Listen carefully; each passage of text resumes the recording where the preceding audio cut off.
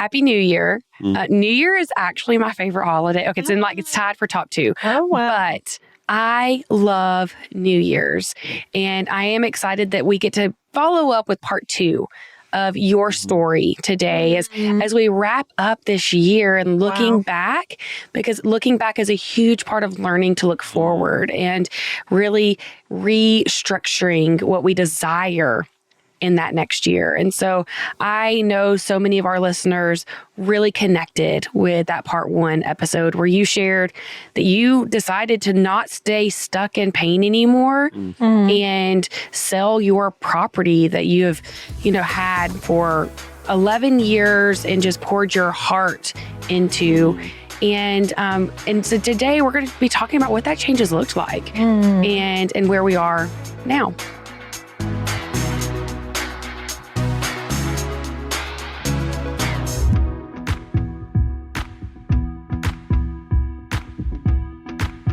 So thank y'all for being willing to share and welcome to the Connection Codes podcast. This is the podcast where we break open the emotions that take us from being disconnected to connected in our relationships and in ourselves. I'm your host, Tera Wages, and joining me is marriage and family therapist, clinical sexologist, Dr. Glenn Hill, and his incredible wife, Phyllis Hill. And together they have founded the Connection Codes, which is the guide to human connection. And we're so glad you're here. Yes. Hello, world. Hi, friends. So, like part 2, what has happened since we made this decision in May? It's interesting because as the year comes to a close, people check on me every once in a while. They just, how is life now that you're on the other side? And I wish I could just say, oh my word, it is the best. It's the easiest. But that's not really where I am landing at the moment. So I think it goes back to change is hard. And I also think when you've lived in pain for a long time, there's just recovery. Like I was with a friend the other night and she said, sounds like you've got adrenal fatigue where you just can't seem to get your energy back. You can't seem to get on the other side. And I'm like, it does feel like that. I don't have any reserves and I'm not used to that. I would say my whole life, I've always got energy for a little bit more. And I think about that, babe. You've even commented over the years that I always add one more thing. I always can pack in one more thing. I can always squeeze one more hour out of the day. And it's just interesting that as the year comes to a close, I'm like, I think I've used up my reserves. I think there's some fear in that. Like, can you get it back? At this point in my life, I'm thinking I would like to have another chapter, more than a chapter. Like I would love to have many years ahead that are full of energy. But right now, the way I feel, it's kind of like, where's that going to come from? How's that going to happen? Now I kind of went to the end, but let's back up, right? Because when we made the decision and we had that month-long journey and we came back home, thankfully, my brother's wife had reached out and had said, with all that you've got going on with Megan, our daughter-in-law, having cancer and just a big family that's 12 grandchildren, 2 of them are babies. She was like, and grandmother, y'all need help. And so she said, I would love to come for the summer and help you. I remember telling Echo, because she was like, Mom, the answer is yes, no matter what. It has to be a yes. And of course, I had no doubt that the answer should be yes. It was just like, okay, how do we make all that make sense? Yeah. She was taking on a lot. She was going to take on full-time care of Glenn's mom. And she is an Energizer bunny type person and loves minimalism and decluttering and organizing. So it was just an unbelievable gift to us to have someone come into our life in June who loved the idea of what we were wanting to embark on, which we did decide that we would basically leave the house with a suitcase. It's like a lifetime of stuff. That's part of the whole story. The whole process is when you do a lot of thinking. I know I've had lots of conversations about when you get older, as you continue to accumulate stuff, But then there comes a time when your kids go, well, now we have to deal with your stuff, but we don't want your stuff. Or what do we want of your stuff? And, here we are, early 60s going, hey, guys, to our kids, we're going to get rid of all of our stuff. And do you guys want any of it? I remember the first weekend that we were back and we were like, hey, guys, come through. It was just like the wildest experience. I mean, they were hilarious in some ways, especially the grandkids running around the house, putting their name on just the most random things, like very expensive artwork that you're just like, what? They're not choosing it. They're choosing it to be funny almost. But we realized that we were really serious about getting rid of everything. And of course, our listeners, you may have understood that we had like an event space. We hosted a lot of weddings and other big events. And so we had 250 folding chairs and that many tables for big dinners. And we had rocking chairs. Yes, and tablecloths and candles and big serving things. I mean, just unbelievable amount of outdoor furniture because we had so many outdoor spaces. So when you start to go, oh, we're getting rid of everything, it is a lot. And we wanted to give away to our kids anything they wanted. And then to our friends, every time someone came over, we were like, do you want to take a plant? Do you want to take... Well, we quit asking. We were like, oh, you're going to take a plant. Yes. Like, oh, no, I don't need one. Like, yes, it's already in the trunk of your car. Yes. You're taking a plant. Because that is something that you're a collector, Glenn. So you're a collector of plants, of art, of wine. Like you have several things. So when we think of our parents' home, like my parents, they have stuff, but you have built this like reserve of like really incredible pieces along the way. Yeah. So I imagine that there pain in letting it go. Well, part of what was interesting is, we've moved numerous times. Most people have moved multiple times. This was different because always in the past when we moved, we're like, oh, that last little bit of crap, you just box it up, move it to the new place. Well, we're getting rid of everything. We're going to be nomads. We have like a walk-in closet size storage unit, just things like I have to have my files for 10 years, my wine fridge that has my wine collection in it. Phyllis talked about in the previous episode that us going through mentally, and there were so many rooms we went through where we're like, there's really nothing in that room that grabs us that we have to have. And then Wendy, her sister-in-law, was so amazing because we have a dear friend, Rowena, that's worked with us for years. And Rowena is pretty brutal as far as just getting rid of stuff, minimalistic. Wendy puts Rowena to shame because Wendy's thing was, if it got stolen, number one, would Phyllis and Glenn care? Number two, would they replace it? So now it's just like, well, that's pretty much everything. If somebody broke into our house and stole it, okay, fine, we don't have it anymore. So there were a few things, probably, I think, more for you than for me. Is that true? What do you mean? That were painful, just releasing, letting go of. Because for me, once we made that decision, it became obsessive, as everything is obsessive with me, where I'm just like, okay, that's it. We're just getting rid of everything. Yeah, I don't remember. Actually, because we made the decision and we already kind of knew, okay, we are going to keep, well, and it was interesting, the canvases, I talked about that in that other episode of the grandchildren. But then it's like, well, what am I going to do with those? Just put them in storage for years? They're not going to hang somewhere now. And I tried to give them back to our kids. And then some, like Echo, the practical one, says, why don't you take a picture of each one? And then you have the picture of the picture.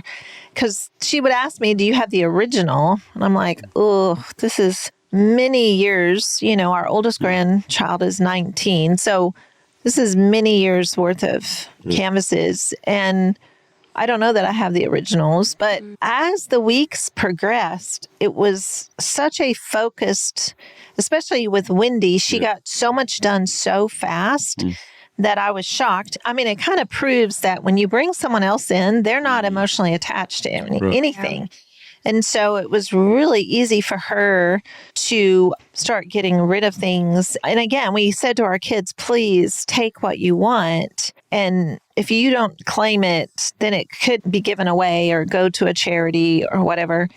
And thankfully, Echo, our oldest, and her husband had just purchased 2 empty Airbnbs. So they were able to completely furnish those 2 properties, which was great for them. And it brought us a lot of joy too, to know that our things will be somewhere and loved. And you can even go stay in their Airbnb. Right. We can go visit. Feeling like you're home, like pieces of home. Yes. Yeah. So a lot of our furniture did go in that direction. And then the things that our children didn't want, we put on Facebook Marketplace or something and had lots of people come by. It was just amazing when you start to go through. First of all, it's just shocking how much stuff you have. Yeah. And especially when you aren't going to take any of it with you, right? That's all the more. It's like Glenn said, we've moved from one house to another, but to go, no, we're going to get rid of all this was just crazy. You start to wonder, how did you ever end up with so much stuff? Because you married a collector.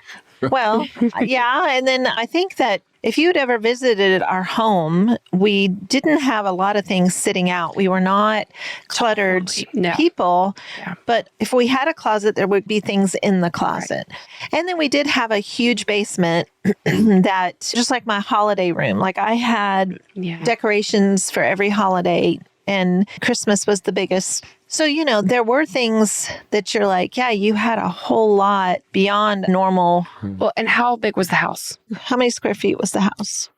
Well, including garages, it was 10,000 square feet under roof between both houses. Right. And so to think about that, yes, it definitely was incredibly organized, incredibly beautiful space, but you had space, 10,000 square feet. I mean, that's a huge space. Mm-hmm. I love hearing about that process and Wendy stepping in. And I do even find it interesting because a few weeks before that, you were considering getting a caregiver again. Jordan Erica had just left, which we talked about on the last podcast. And so I love that you had even put that out. You were starting to reach out and try to find a caregiver. And I think you just put that out into the world, and then someone you love dearly reaches out to you. And so I love that even Echo just be like, Mom, this is a yes. Well, don't even hesitate on this. Don't be like Tera and wait 10 days to respond. Like, do it now. Yeah. And I am curious though, because really thinking through, we're talking about being in pain and then making the decision to move out of the pain.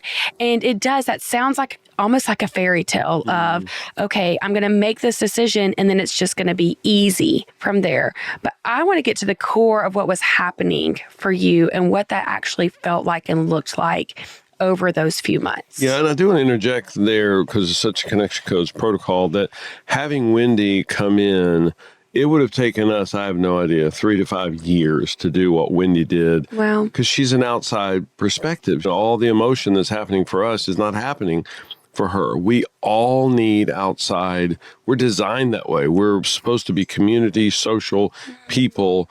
And it's not because you're high maintenance or broken or damaged. No, Tera needs some help. No, everybody needs help. We're designed that way from birth. That's just the human condition. And to have somebody like Wendy come in was so powerful. And we need that in every area of our life. I need people to look in my life and go, hey, dude, because I'm in it. I can't see it. And then you look at it and you're like, hey, I'm just curious. What's happening with that? It never occurred to me before that, that's not ideal. That's not beneficial. That's actually detrimental. Well, I'll be darned. And I would have never seen it. I could have lived in it for years and years and years. Tera comes in and looks, and she can very, very quickly see because she's not inside of it. So that's just so powerful. And certainly a plug for our Connection Codes coaches. You need a Connection Codes coach. Yeah. Everybody does, just to help you see your life more clearly. Yeah, I love that. Thank you. It's interesting because when I think about the 8 weeks that Wendy was with us, she brought so much joy into those 8 weeks. And it's interesting because I think she's a routine person, and every day she had a stopping point. And she would say, I usually just work till 4, but okay, I'll work till 5 today. And then she'd go, it's 5 o'clock. We need to all get on the front porch and watch the sunset and drink a glass of wine. And she's this like routine person to the max. And it was so good for me to have someone in the house that brought a lot of joy during that transition and brought that, awareness of it's time to stop. It's time to sit and go outside and watch the sunset and sit on the front porch. And it reminded me of, oh, this is healthy. And of course, Tera, I know I watch you at times, like you go 90 miles an hour. I think about that in my 60s going, I need to learn to sit on the front porch again. Like I need to learn to slow down. And once you've sped up for so long, it's really hard to actually do that for yourself. What I think was so fascinating to me watching Wendy is that she got more done in a day than most people do in a week. But she was so routine oriented and even like, oh, it's lunchtime. And for 30 minutes or whatever, she would have lunch and always at the same time. And she was taking care of grandmother. So she was running grandmother to the Y in the morning and she'd stay with her. The YMCA no longer, you couldn't drop grandma off. You had to stay with her. Yeah. And so Wendy would stay with her and she'd get her exercise in while grandmother was in the pool. But I loved watching someone who was so disciplined or just routine oriented. I feel like that was another thing for me that I'm like, that just looks dreamy to have that consistency. Some days I don't even know what day it is, but they're full and they're go, go, go. She just showed me a calmness and a difference, but yet getting so much done, which was super fun. And she was able to accomplish things without me. We even traveled during some of that time and she stayed, of course, with grandmother. When I got back, she'd have it all organized and be like, okay, you just need to make decisions here, here, here. I just think I'll be eternally grateful to her for being a part of the story, being a part of our summer and making it such a doable and an easy transition. I didn't have to think about it. What is it when it's the decision fatigue? Yeah. I didn't have that because I had Wendy and she brought just so much joy into it. And she also was not ever hesitant to get rid of stuff that was really trash. We hold on to stuff for the craziest reasons. But when an outsider comes in, it's like, no, that's broken. We're not going to fix it. We're going to throw it away. My grandsons especially came and worked a lot during the summer and they were great with her and she was great with them. And I feel like there were loads getting hauled off on a daily during that time period, going somewhere, either to somebody's house or to a charity or something, or to the dump. You hold on to a lot of stuff that should have been thrown away forever ago. To me, that process was incredibly beautiful and easy. Then she left and, grandmother left for South Carolina a couple of days before Wendy left. And then it was like, okay, now do we really make this happen? Because it almost seemed to me when she was gone that it was like, can we really pull this off now? Can we get the house on the market? Or do we just wait till next spring? Even that decision, I know our son spoke into that specifically. He's like, you can put it off till the spring, but then you're just putting off the dream that you have. And you can put the house on the market. It may not sell anyway till the spring, but go ahead and try. And we'd already chosen our realtor. And so I want to just emphasize that one sentence that you said. You can put it off, but then you're just putting off that dream that you had. Yeah. And I think so many of us fall into that category. And so I just want to emphasize that for our listeners of like, what is it that you know, I need to do this? I'm in pain in this area and I need to do it. And so what are you putting off? And so as you're listening, apply this to yourself as well.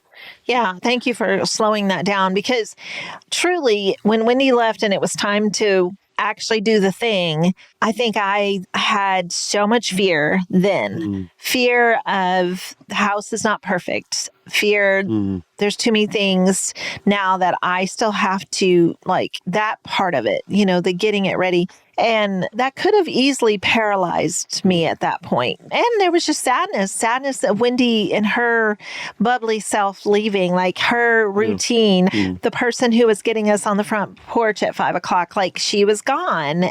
And we were actually leaving for another trip. So we only had I think 5 days. But I did call the realtor and I said, I just need you to come by. I was like, I needed his reassurance. I needed him to walk through the house again. I needed to hear from him that this is doable. I just remember it was almost like I needed him to hold my hand and say, we can do this. We can do this. And so I called him and he came over. I said, I just need you to walk through the house both houses with me again.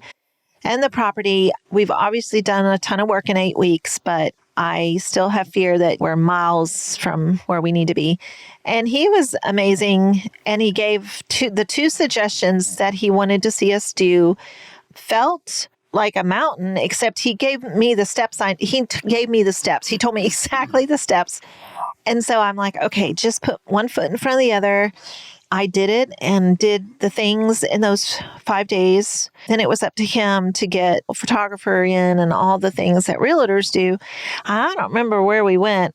Then you and I came back, I feel like, and then I went on a trip, just me. Right. While I was gone, they had the first, showing or the first broker open house or whatever. It's interesting with our property. I mean, it's a very coveted property. Over the years. We had so many people approach us, like just send us a letter saying, oh, we have 2 children and 3 dogs, and we've always wanted to live on that property. And of course, we just would throw them in the trash. But I mean, it was a lot over the years that we lived there. And we'd even be at events, and at some point, people would figure out where we live. And they're like, oh, that's my house. That's been my dream house for 10 years. I can't believe you have it.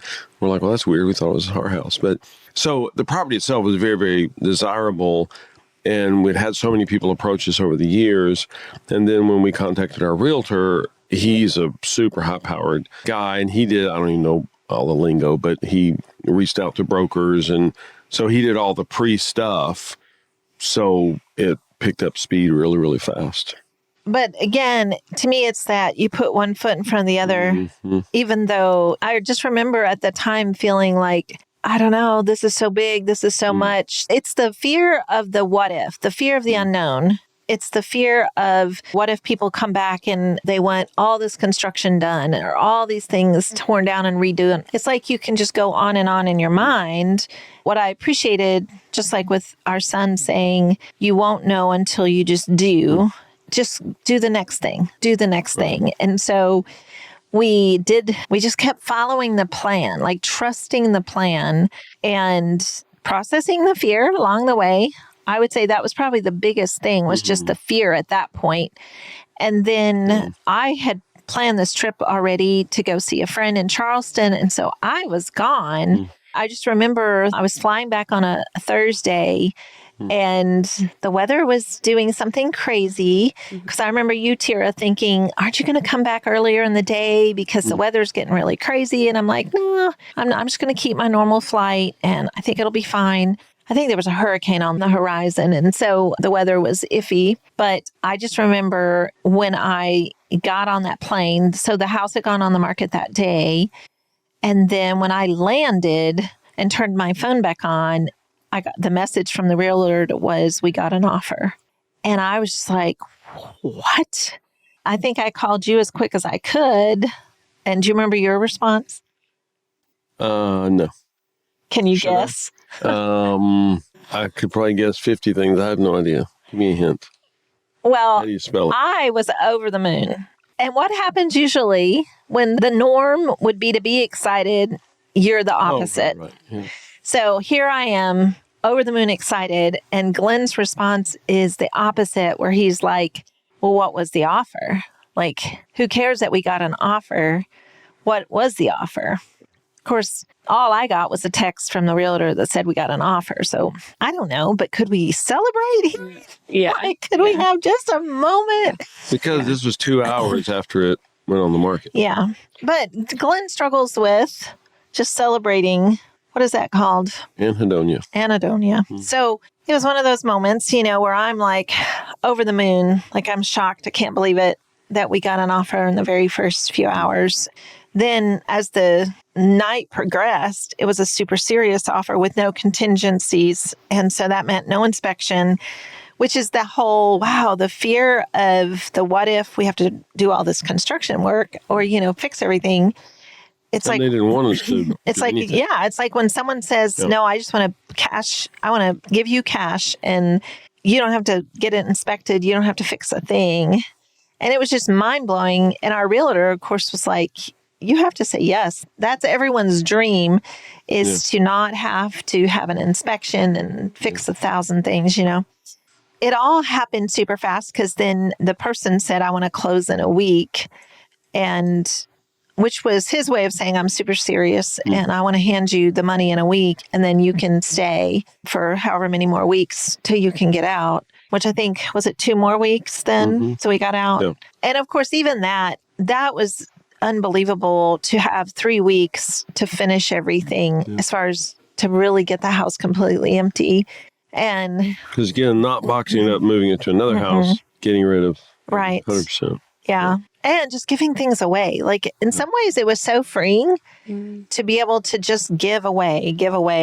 And there was so much joy in that. And I remember at the very last weekend that we were there, the grandkids were coming by. I mean, there was lots of tears. There were moments of tears where our grandbabies were all like, cannot believe y'all are selling. Like they were sad. Yeah. They were sad. And we did one big last family picture, which we used it for our Christmas card this year. And we had a big brunch.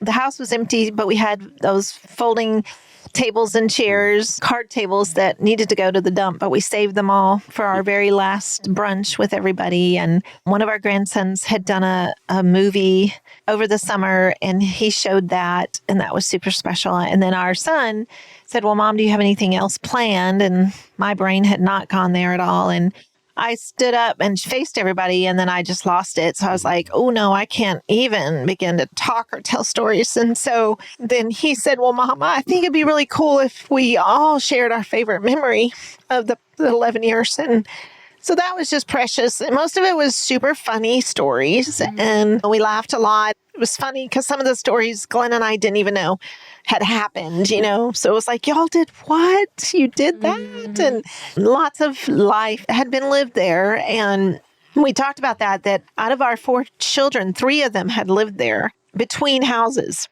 Our son is actually the only one, and his wife, that had never lived on the property. But even that became just really funny, the way all of that was shared. I loved the way that final weekend, he actually then invited friends to watch the sunset up at our open air pavilion. Had lots of people come by and say goodbye to the property. It's like we're still here. We're still in the area. So it's not like we left and moved very far away. It's just no longer is the property ours. But to me, the funniest of the whole thing was the very last night where people that came for that sunset, all of a sudden, I realized that we had more stuff than our 2 cars could hold. I remember coming up to the pavilion and started asking people, like, do you have room in your trunk? Do you have room in your car? Do you have room? Like they're coming to just like hang out. Yes. Expensive wine. Yes. And so you get a parting gift. Yeah. And so whoever was the last, I feel like half dozen people, including some of our neighbors, we just had more at the very end than we could fit in our cars. We have 2 cars, and it's like, oh my word, we still have some stuff. And could you just take it to your house? And sometime this week we'll sort it out. And it was crazy and exhausting, as most moves are, just that very last time. I'm thankful we have that storage unit that's like a walk-in closet, because it's definitely helped at the end to just be able to be like, okay, we'll sort through that when the dust settles. We'll still go through some of our keepsakes that we ran out of time to go through, and we'll probably get rid of some of the things that we've now kept that I think in time will be like, why'd we keep that? You know? So there will be some of that, but overall it was a huge project. There was definitely tears and just overwhelming, like so many precious memories. And, you know, one thing my son said, he said, Mom, there was a lot of life lived here, but these grandkids are growing up. You can't get that back. So kind of his point was that us selling is a beautiful thing and it's the right thing. And yes, the grandkids are sad, but they're growing up and they're busy and they're not coming over as much and they don't have as much time. And now you will have more time to actually go be with them in their world and do things with them and be very intentional, which was definitely our desire, right? You know, that the seasons have changed and you can't go backwards in that. Now that the year is coming to a close, I would say I don't think the dust has settled yet. We've been gone a lot since we left the house. Like we've had all these trips planned already that were already on the books. I think the last few days have probably been the hardest for me because of the Christmas holiday spirit. Without a house, I feel like a fish out of water. Like I don't know quite how to create some new traditions yet.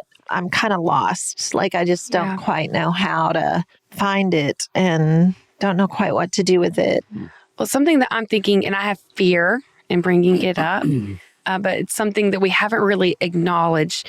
This was very painful, like this season. And the reason I want to acknowledge it is because I know some of our listeners may be in the middle of a big change and they're being like, well, she sounds like she was very supported the whole time. Like she had so much help. I'm over here alone doing it all. This is really painful for me. It seems like it was a breeze for her.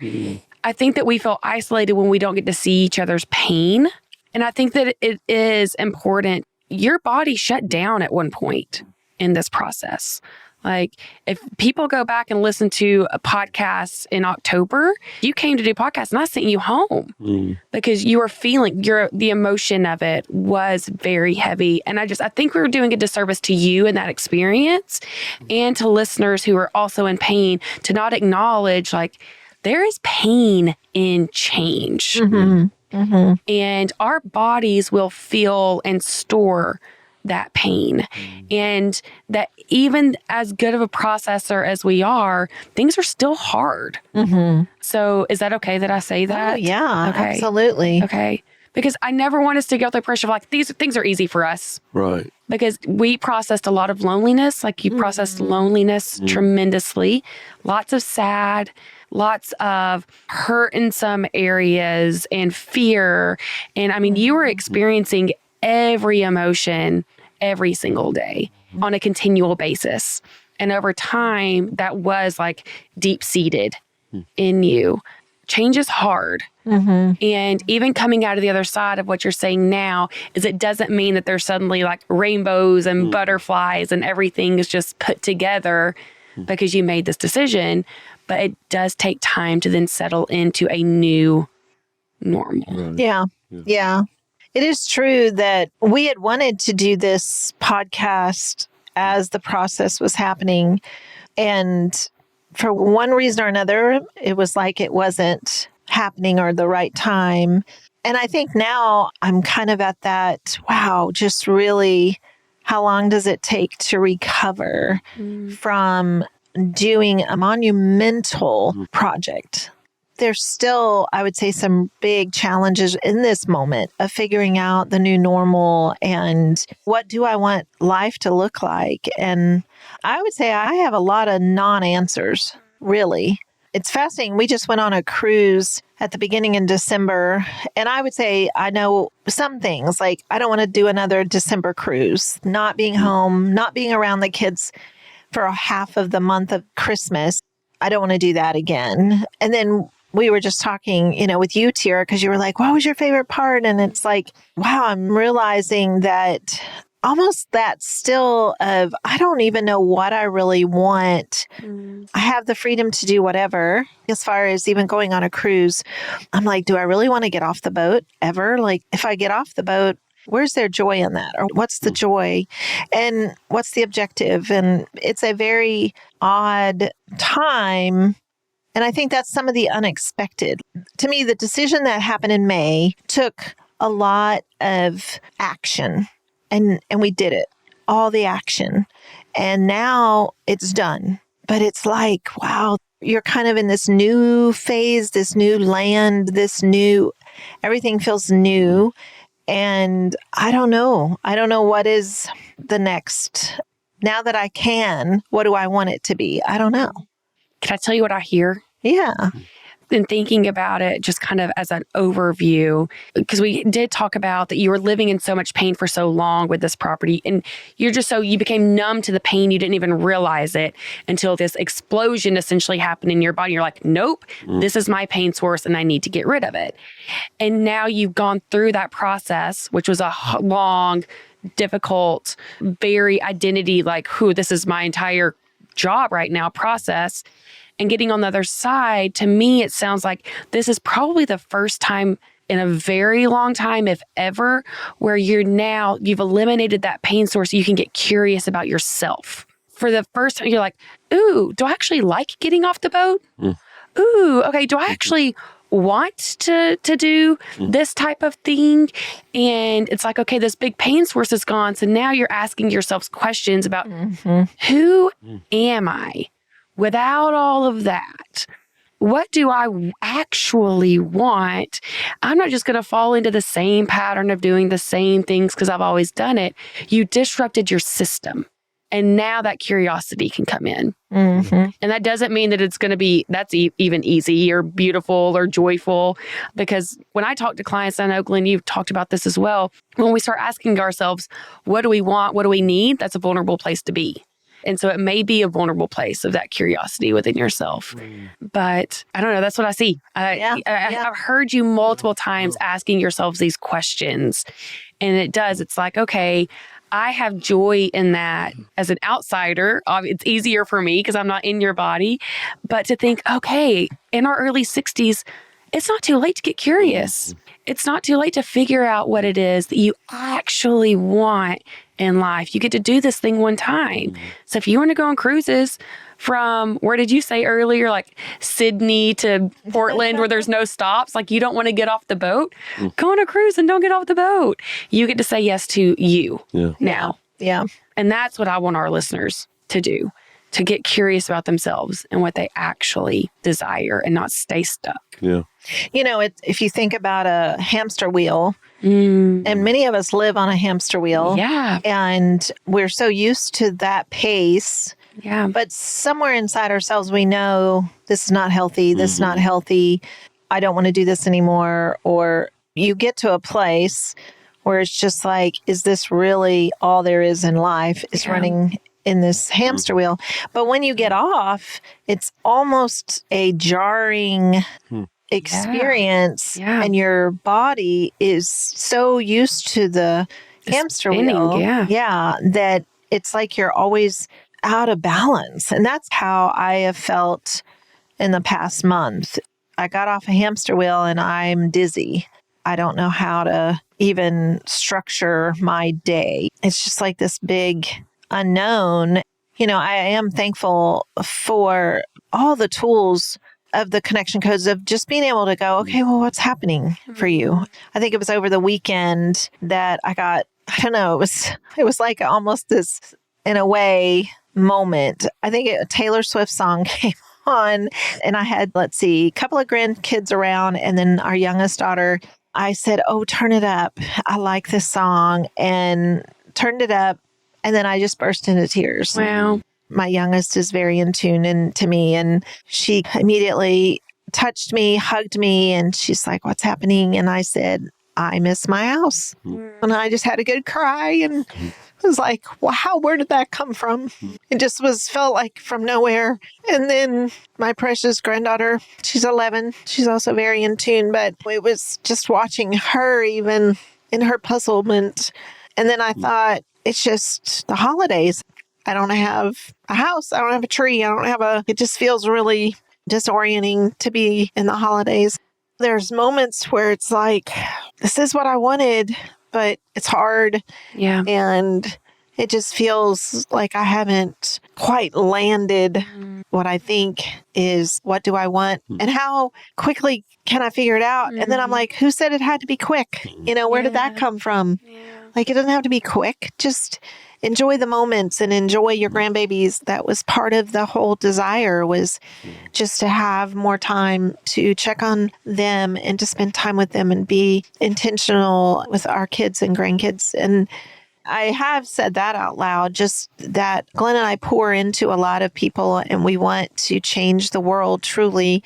In all of this, if we miss our kids and our grandkids, we've missed huge. And so I don't want to do that. I don't want to not be there and pouring into them and, being a part of their world. But it is a weird, getting off of a hamster wheel is a weird experience. Yeah. And it's very disorienting. And so I feel like I am still in that you get off the wheel and your legs and feet want to keep running and you're like, you don't have to run anymore. You don't have to. Yeah. So, yeah. I think that's very real. And I think a lot of people can relate to that, whether they're postpartum, they've been pregnant for this whole time, and now they've shifted. It's an identity shift.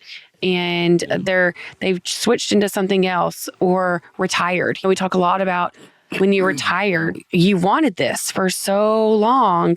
And then you wake up in the weeks after and like, who am I? What am I supposed to be doing? And the pain that comes with that switching careers. There are so many times in life where we make the choice to get off the hamster wheel because our body needs us to, because we are choosing not to live in pain, or because we want to have a different joy.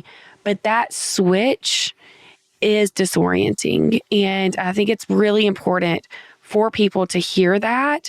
Often you hear things in hindsight and you just hear the beautiful part of it, which is why I wanted to acknowledge your pain. So then it's like, I listen to business podcasts and they're like, oh yeah, I mean, it was a struggle, but now I'm like doing this amazing thing. And it's like, no, I want to hear somebody in the thick of it. I want to hear somebody's pain to know that I'm not alone in what I'm experiencing. And so I thank you for honoring that pain so openly with our listeners, because I do think that this is something that so many of them need to hear, either so they can get off the wheel themselves or because they're also disoriented. So in their souls, their hands are reaching out to you right now, which makes me emotional to think about. But they're disoriented and we all need each other. So I would love if you would be willing to do a core emotion wheel, which is the tool that you created. So it's easy for me to ask you to do it. Dr. Glenn and Phyllis created the core emotion wheel tool that has the 8 core emotions on it. And it teaches us how to get these things out of our body and connect with each other. And so through this process, Phyllis could process her loneliness with Glenn, and Glenn could process his fear or his joy with her, and they could hear what was happening with each other, even when things around them are dizzy and disorienting. So would you mind doing a wheel over where you're at? Mind. Well, let's see. Definitely have felt sad this holiday season. Not having my things has been hard. Let's see. I think I felt hurt by one of Glenn's family members who sent me a really tough text, and just she expressed how disappointed she was in me. That was hard. That was hurtful. Yeah. I think I felt anger in that because I, for 11 and a half years, took care of his mom and brought a beautiful life to her. Yeah. But now I'm, hearing ugly things. Yeah. So anger in that, definitely hurt. Yeah, lonely. I think it's probably, the holidays is probably lonely for a lot of people. Yeah. It's interesting because I am surrounded by, all of my babies and all my family is close by, but you can still feel lonely even when there's lots of people around. And then fear, I think my fear is that just that whole, will my energy come back? Will there be a lightness to my step? Will there be just some fear of that? Yeah. I think that probably my guilt and shame is the message I think I hear is, this is what you wanted, so be happy. So I feel, just some guilt and shame that I guess that I'm struggling so much. And then the joy right now is being able to be where we are, because when we are in Nashville right now, we are staying in an Airbnb that's right on our daughter's property. And so the grandbabies come over all the time, and it's precious. And they stand at the door and they tap on the glass window. It's just so cute, and we just love it. They came yesterday, so much joy. And one of them, I think it was my daughter, my youngest, that said, Mom and Dad, y'all need to keep more food on hand, because every time we come over, we want to eat. So it was really cute, because it's like, okay, you're right. We need to make sure we have lots of food on hand, because y'all are always hungry when you walk through the door. So, but a lot of joy in that. we love it. And, people dream of that and we get to live it. So a lot of joy. Wow. Thank you. Thank you. Glenn? Oh, I'm doing this too? Well, for me, I mean, it's just mostly been joy. It's really weird. I struggle so much with systems and patterns, but I'm also remarkably flexible in a weird sense. So I'm just loving where we are. I just get to be there. And we're both very, very adaptable to the circumstances. And it's just been fun. I think we've traveled 80% of the time since, we moved out of the house, because we're actually traveling more now than before. Some fear for you, just what's happening for you, and some shame, just not knowing, not being able to figure it out for you or help you figure it out. We've been together a long time, and I should know all the answers. And I'm a therapist, for goodness sake, so I should know everything. And I just don't. Guilt missing with you at times, that I'm just not aware that you're experiencing something, and I'm just full steam ahead, and I just miss what you're experiencing. Let's see, hurt, sad, lonely. There's been just a few little sad moments, just stuff that we normally would have on our fingertips. It's like, oh yeah, we don't have that anymore, or it's in the storage unit, and it'll take us 20 minutes to go get it. Lonely. I haven't really experienced the lonely, I don't think, in this whole thing. Maybe sometimes just feel like I'm losing you, not big picture, but just in the moment. Like, where'd she go? What happened for her? And then there's hurt in that, usually, just that, oh, she's here geographically, but she's not really here relationally. And then anger. There's been so much anger just driving us, core level anger, through all of this process, because this was a audacious endeavor, and just getting all this done, so much on you. And it took a lot of anger to get it done, to get the whole process completed, which of course brings us back to the joy of getting that accomplished. Because I do think we're on a new adventure, a whole new world, which is a lot of fun. Yeah. Thank you. Thank you both so much for sharing, and gosh, for just being an example to me personally, but also to thousands of people that listen, for them to be inspired by your story of being willing to walk through pain in order to get out of pain. Yeah. And I would really want to say that to people, because I think the vast majority of people are stuck in a groove or a rut, and it never occurs to them that they could change it. It's one of the things we do, not always in the first session, but first couple sessions with clients, to say, what are your dreams? And it's amazing to us. I've never kept any data, but I would say a good majority of people are like, what? Dreams? What do you mean? What would we like to be? What would we like to be doing? They quit. And you think about little kids, we're designed from birth. It's wild watching Rowan and Malachi. Their days are so slam full, and they have nothing to do. They are so excited every moment of every day, always, because they're just in the moment. And we're supposed to live that way. Just because we had a bunch more birthdays, and I get it, you have bills to pay. But I would, and especially going to a new year, anytime it's appropriate, but I would encourage people, set aside some time, either as an individual, as a partnership, whatever, as a family, go, what would we like to be doing? And I get it, you're not going to be able to change it in a day or a week. Some of these bigger endeavors take many months to come to fruition. But to start thinking, where would we like to be? What would we like to be doing? I get it, we're stuck right now. We got this business, we can't sell it overnight, but where could we be in a year? Where would we like to be? If we have a blank sheet of paper, we could write anything on it. What would we write on it? And you can do that. Yeah. And most of us don't think we can. Most of us are so entrenched in our systems that we can't even see to get out of them. And I would just encourage people to just go start with a blank sheet of paper. Yeah. And if you can't, if asking yourself that question of like, what would I like to be doing? What is my dream? You can't think of that. Then ask yourself, what is my pain right now? Where is my pain sources coming from every day? And start there.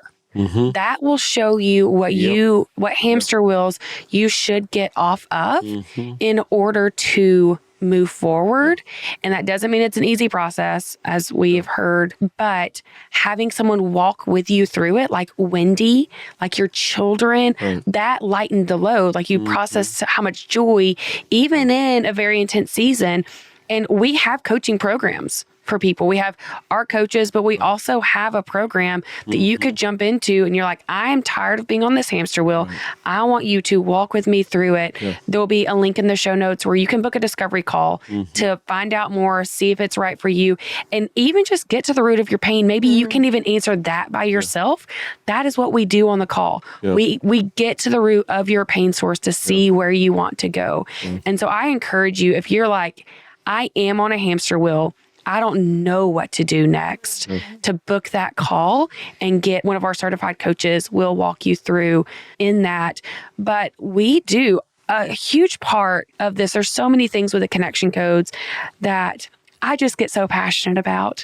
And one of them is that one of our missions is that people don't stay stuck. Right. Yeah. That's it. Yeah. And we obviously want you to be connected. We obviously want you to be emotionally regulated, but we don't want you to stay stuck. And these tools help you get unstuck. So I have to throw in real quick because somebody you may have sent it to me, I don't know. Somebody sent me this thing of this farmer, a beaver has built this bodacious dam that is now dammed up the stream, which is now flooding the area the farmers needed to use. And so this farmer's out here with I think a hoe or a shovel or something, I don't know. And he chops and moves one little bitty load. I'm like, well, that was a wasted effort because the dam's still there. And then you did it again and again and again and again. It's, a time lapse photo. I don't remember how long it took, but it was a while. But that's where you start. Just move one little load, one little shovelful, one little hoe. Do something just to start. And of course, at the end of the video, all of a sudden he runs to get out of the path because this, what is now a sizable pond, is gushing when this dam suddenly breaks. And you don't know what all it's going to take to get the dam to break. So just move something. Just get started. It'll get there. And that's the big thing that, of course, that we, as you say, attempt to do with people, help them get unstuck. Just get started. Just do something. Doesn't have to be huge, something little, and it will add up and it becomes incremental and it'll help get you where you want to be. Yeah, absolutely. Knowing that this is the end of the year podcast, it's New Year's Eve today, not today, but today. I just want to say, one, thank y'all for this year. Everything that you've brought to the table. I know that you've changed so many lives over the last year, whether it's listeners or people that have gone through foundations or even just downloaded the Core Emotion Wheel. And we're like, oh my gosh, this has given me hope for the first time. How many of those emails do we get? Quite a few. And that all stems back from y'all. And so for our listeners, like, knowing that these two people, this is going to be something that lives on for a long time, and we get to hear directly from y'all, the people that created it. And so I thank you for continuing this work over 2024. I know it impacted me for sure. And I have so much joy in looking into 2025, not only in what you're going to get curious about. I love you so much. I can't wait to see and hold your hand and pat your back through the process and process your pain with you. But in what we're going to do as a company in 2025, we have some very exciting things that we are downstairs working on in between podcasts and that we're very much looking forward to. So I hope our listeners will stay tuned and keep sharing. That is how we grow. Right. We are not paying for ads. We are growing because you are telling people what to do. And so that means the absolute world to us when you do that. And lastly, don't stay stuck. We do all of this because you need this. You deserve this. So let's do this. Let's do this.